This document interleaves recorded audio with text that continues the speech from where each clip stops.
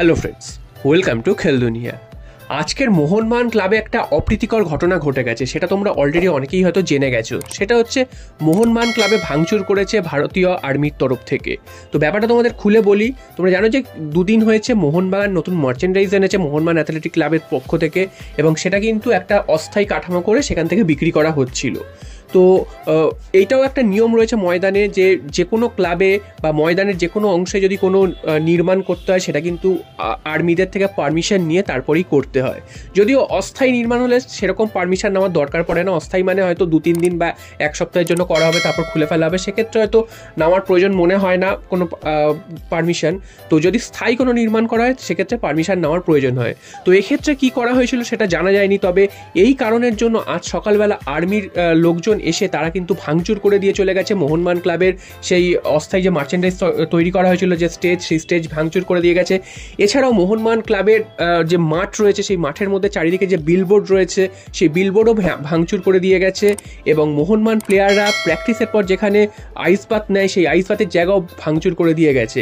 তো এটা কিন্তু খুবই একটা খারাপ ঘটনা, সেটা বলাই যায়। তো তোমাদের প্রথমেই যেমনটা বললাম যে পুরো গোটা ময়দানটাই আর্মির অধীনকৃত, তো সে কারণে যদি কোনো নির্মাণ করতে হয় সেটা আর্মির পারমিশন নিতে হয়, এটা আগাগোড়াই ছিল। তো এখন প্রশ্ন হচ্ছে, আর্মি সমস্ত কিছু ঠিক আছে, মোহনবাগান ক্লাবের তরফ থেকে যদি কোনো পারমিশন না নিয়ে থাকে সেক্ষেত্রে মোহনবাগান ক্লাবকে তারা জানাতে পারতো যে এই কাজটা তারা ঠিক করেনি, সেটা যেন এখান থেকে সরিয়ে নেয়। তবে হঠাৎ করে ঢুকে ভাঙচুর করা হয়েছে সেটা কিন্তু একদমই খারাপ একটা কাজ হয়েছে, সেটা কিন্তু বলাই যায়।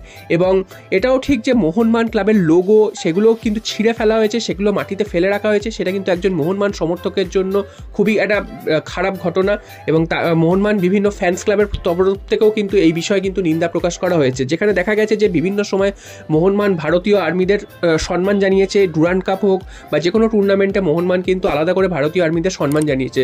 তো সেখান থেকে দাঁড়িয়ে ভারতীয় আর্মির তরফ থেকে এই ধরনের কাজ, এই সেনাবাহিনীর যে কাজ করা হয়েছে সেটা কিন্তু একদমই খুব খারাপ কাজ, সেটা বলাই যায়। এবং তোমাদের কি মতামত এই বিষয়ে তোমরা অবশ্যই কমেন্ট করে জানিও।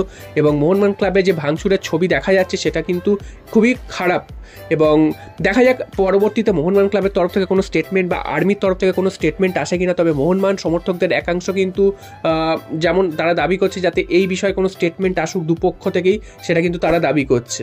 এরপর চলে আসি মোহনবাগানের চোট আঘাতের খবরে। তোমরা জানো যে এই মুহূর্তে ইন্টারন্যাশনাল ব্রেক চলছে, যে কারণে মোহনবাগানের জন্য একটু স্বস্তি, কারণ এই সময় যদি ম্যাচগুলো থাকতো সেক্ষেত্রে কিন্তু মোহনবাগানের দুজন প্লেয়ার ম্যাচ মিস করতো, সেটা গ্রেগ স্টুয়ার্ট এবং অনিরুদ্ধ থাপা। তো বেশ কয়েকদিন হয়ে গেছে শেষ ম্যাচ খেলেছে, এবং গ্রেগ স্টুয়ার্টেরও চোট বেশ কয়েকদিন হয়ে গেছে। এবার 23 নভেম্বর মোহনবাগানের খেলা রয়েছে, তো সেই ম্যাচে এই দুজন প্লেয়ারকে অ্যাভেলেবেল পাবে কিনা এটাই সবথেকে বড় প্রশ্ন, কারণ এই দুজন প্লেয়ার যদি না থাকে মোহনবাগানের মাঝমাঠটা কিন্তু বেশ নড়বড়ে দেখায়। তো অনিরুদ্ধ থাপা আগের দিন চোট পেয়েছেন, তাকে কিন্তু একটা বিশ্রী ট্যাকেল করেছিলেন আহমেদ জাউ, যে কারণে তিনি মাঠ ছেড়ে বেরিয়ে যান। এবং তিনি কিন্তু তার চোট যেটা পরীক্ষা করে জানা গেছে, সে চোট যে খুব গুরুতর সেরকমও নয়, তবে খুব যে হালকা চোট লেগেছে সেটাও নয়। তবে তিনি মাঠে ফিরতে পারবেন কি পারবেন না এটা নিয়ে একটা প্রশ্ন ছিল, তবে যেটা জানা যাচ্ছে আগামী 23 তারিখের ম্যাচে তিনি হয়তো অ্যাভেলেবেল হয়ে যেতে পারবেন। এবার প্রশ্ন আসছে যে আরেকজন প্লেয়ার অর্থাৎ গ্রেগ স্টুয়ার্ট, তার কী হবে। তো গ্রেগ স্টুয়ার্টের ক্ষেত্রেও যেটা জানা যাচ্ছে যে তার চোটটাও কিন্তু মোটামুটি সারার দিকেই রয়েছে, এবং হয়তো 23 তারিখের ম্যাচে তিনিও অ্যাভেলেবেল হয়ে যেতে পারেন, এবং প্রথম থেকে না হলেও তিনি কিন্তু সাবস্টিটিউশন হিসেবে নামতে পারেন, এমনটাই কিন্তু জানা যাচ্ছে। তো পরপর দুটো গুরুত্বপূর্ণ হোম ম্যাচ রয়েছে মোহনবাগানের জন্য, সেই দুটো ম্যাচ থেকে যদি পুরো পয়েন্ট তুলতে পারে তাহলে কিন্তু লিগ টেবিলে একটা ভালো জায়গায় চলে যেতে পারবে মোহনবাগান। তো দেখা যাক শেষ পর্যন্ত এই দুজন প্লেয়ারকে কবে অ্যাভেলেবেল পায় মোহনবাগান। তবে যেটা আশা করা যাচ্ছে আগামী 23 তারিখের ম্যাচেই হয়তো মোহনবাগান অ্যাভেলেবেল পেয়ে যাবে।